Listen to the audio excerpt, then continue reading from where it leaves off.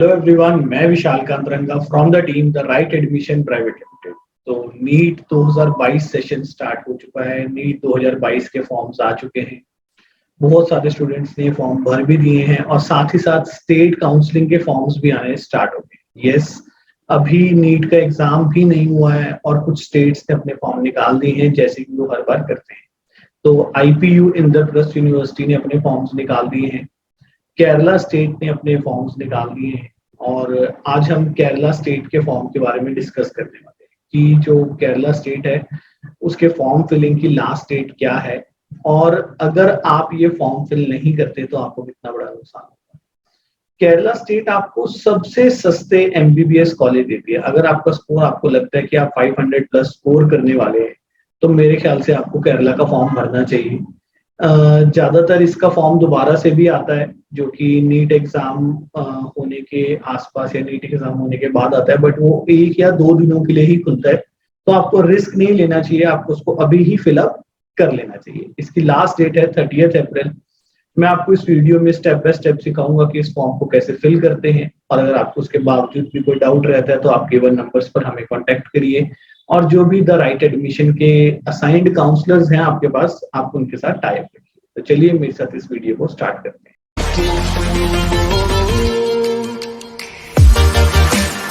So guys, सबसे पहले आपको क्या करना है, आपको ये जो वेबसाइट दी हुई है www.cee.kerala.gov.in पे जाना होगा। वहां पर जाकर आपको एक ऐसा लिंक नजर आएगा, कीम 2022 ऑनलाइन एप्लीकेशन। तो जब आप उस पर क्लिक कर देंगे तो एक ये वाला पेज ओपन हो जाएगा। इस पेज पर आपको नजर आएगा कि if you are a new user registration, तो यहाँ पर आप न्यू यूजर रजिस्ट्रेशन करेंगे, इस पे क्लिक कर देंगे।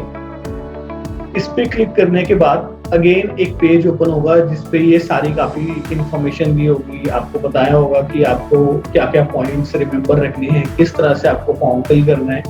एंड यहाँ पे कुछ बॉक्सेस दिए होंगे, सारे बॉक्सेस को आप टिक कर देना। यहाँ पर बहुत बेसिक सी इन्फॉर्मेशन है कि भाई मैं हर चीज अंडरस्टैंड करता हूँ, मेरी ईमेल आईडी करेक्ट है, फोन नंबर करेक्ट है, मेरे पास सारे डॉक्यूमेंट्स ओरिजिनल है।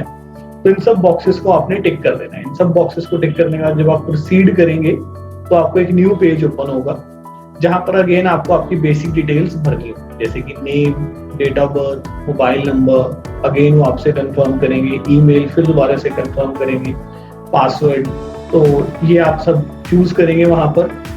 ये आपको कोड डाल दोगे जो भी वहां पे दिया होगा और रजिस्टर कर देंगे।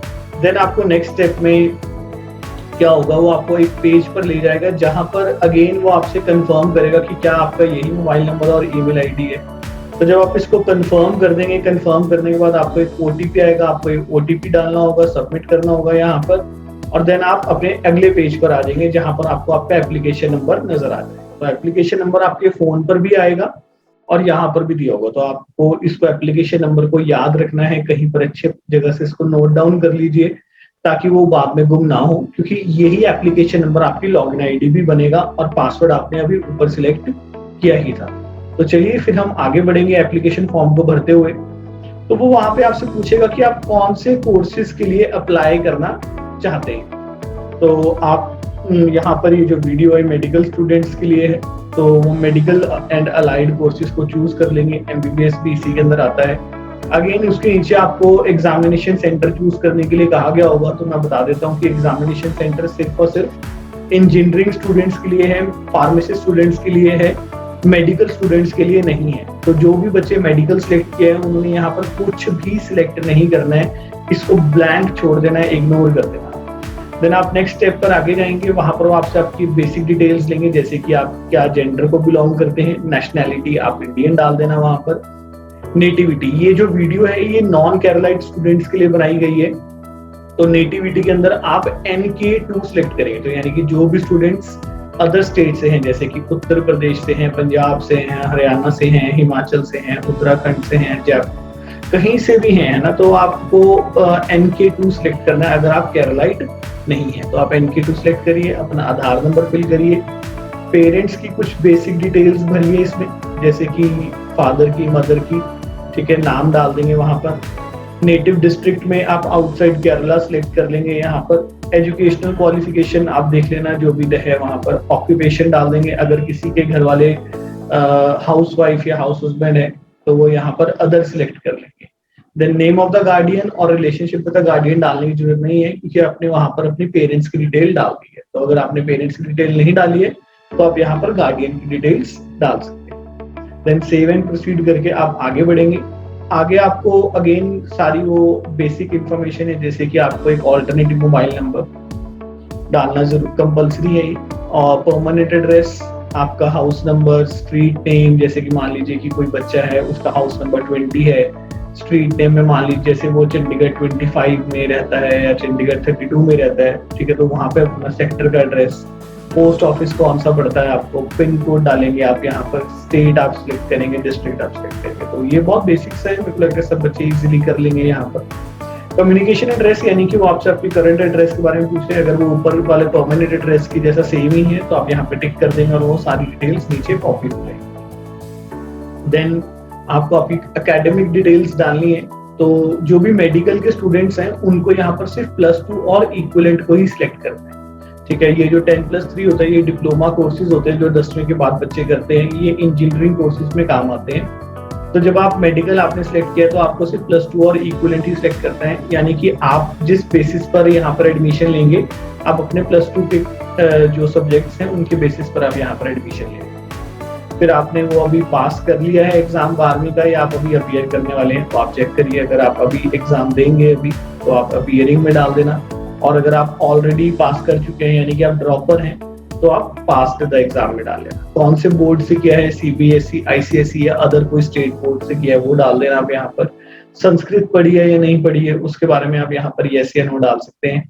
और क्या इससे पहले आपने कीम में रजिस्टर किया था, यानी कि आपने क्या इससे पहले कभी केरला की रजिस्ट्रेशन करी है, तो डिपेंडिंग अपॉन कि आपने करी है या नहीं करी है, येस या नो वहां पर भी आप डालेंगे। देन कम्युनल रिजर्वेशन, कुछ जरूरत नहीं है यहाँ पर भरने की, ये सारा खाली रहेगा आपका, क्योंकि हम नॉन केरलाइट हैं तो हमको यहाँ पर कोई भी इसका बेनिफिट नहीं है। इसको आप इग्नोर करते हुए सीधा सेव एंड प्रोसीड से आगे बढ़ जाएंगे।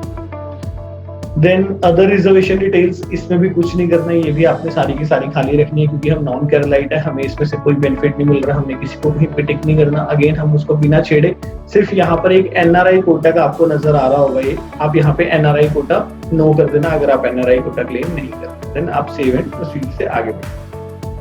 देन इनकम डिटेल्स में भी आपको भरने की कोई जरूरत नहीं है, क्योंकि अगर आपने जनरल है, EWS पे बेनिफिट नहीं ले रहे हैं आप और नॉन केरलाइट हैं तो आपको यहाँ पर कुछ भी नहीं भरना है। देन सीधा आपको सेव एंड प्रीव्यू करना है। सेव एंड प्रीव्यू करने के बाद आपको पूरा फॉर्म नजर आएगा जो आपने भरा है, जो जो डिटेल्स उसमें भरी है आप उसको एक बार चेक कर सकते हो कि क्या वो सारी सही है। अगर आपको सही लगेंगी तो आप उसको आगे सबमिट कर सकते हैं। उसको सबमिट करने के बाद आपको आपकी एप्लीकेशन फी पे करनी होगी, जो कि मेडिकल के केस में 500 रुपए है। आप उसको जब पे कर देंगे देन आपको ऑप्शन आएंगे कि आप उसको पे कैसे कर सकते हैं, ऑनलाइन पेमेंट या ई चालान। तो जो भी मोड आप चूज करते हैं, अगर आप ऑनलाइन पेमेंट चूज करते हैं तो वहां पर आपको debit card, credit card, net banking, ये सारे ऑप्शंस आपको वहां पर नजर आएंगे, तो आप किसी भी मोड से उस पेमेंट को कर सकते हैं। ई चालान भी एक ऑप्शन है। देन उसके बाद हमारे पास जब हम पेमेंट कर देंगे, पेमेंट करने के बाद हमारे पास डॉक्यूमेंट्स अपलोड करने का ऑप्शन आएगा। तो फोटोग्राफ हमें अपलोड करनी है, उन्होंने मैक्सिमम और मिनिमम साइज बताया हुआ है, तो वो आप साइज के अकॉर्डिंग वहां पर फोटो को अपलोड कर देना, एक पासपोर्ट साइज फोटोग्राफ। उसके बाद आपको कैंडिडेट के सिग्नेचर अपलोड करने हैं, तो मेरे ख्याल से इसको बहुत बेसिक है, हर कोई कर लेगा। अगेन अगर आपने किसी तरह की कोई कैटेगरी बेनिफिट ले रहे हैं या आप कोई वहां पर अलग तरह का कोई बेनिफिट ले रहे हैं तो आपको वो वाले डॉक्यूमेंट्स भी वहां पर अपलोड करने होंगे। और अगर आपने कोई भी इस तरह का बेनिफिट नहीं लिया तो अगेन आप इसको इग्नोर करते हुए आगे बढ़ जाएंगे और अपनी एक्नॉलेजमेंट रिसीट को प्रिंट आउट करेंगे। देन आपका यहाँ पर सारा प्रोसीजर कंप्लीट हो जाएगा। ठीक है, आपके पास आपका लॉगिन आईडी है, पासवर्ड है, कुछ भी आपको अगर उसमें चेक करना है, चेंज करने की जरूरत पड़ती है तो आप उसको चेक कर सकते हो। और यहीं से ही आपके आने वाले टाइम पे डॉक्यूमेंट्स और फर्दर जो रिक्वायर्ड होंगे वो यहीं से अपलोड होंगे। चॉइस फिलिंग जो होती है वो भी सारी यहीं से ही होगी, आपको आपके रिजल्ट सारे यहीं से देखने को मिलेंगे। तो अपने एप्लीकेशन नंबर को संभाल के रखिए। तो आई होप कि ये जो आज की वीडियो है आप सबको क्लियर हुई होगी, समझ आया होगा सब कुछ। तो अगर फिर भी कोई डाउट है तो अगेन आप गिवन नंबर्स पर कॉल करिए और जो TRA असाइंड काउंसलर्स हैं उनसे टाई अप रखिए। Till then take care, bye bye, thank you.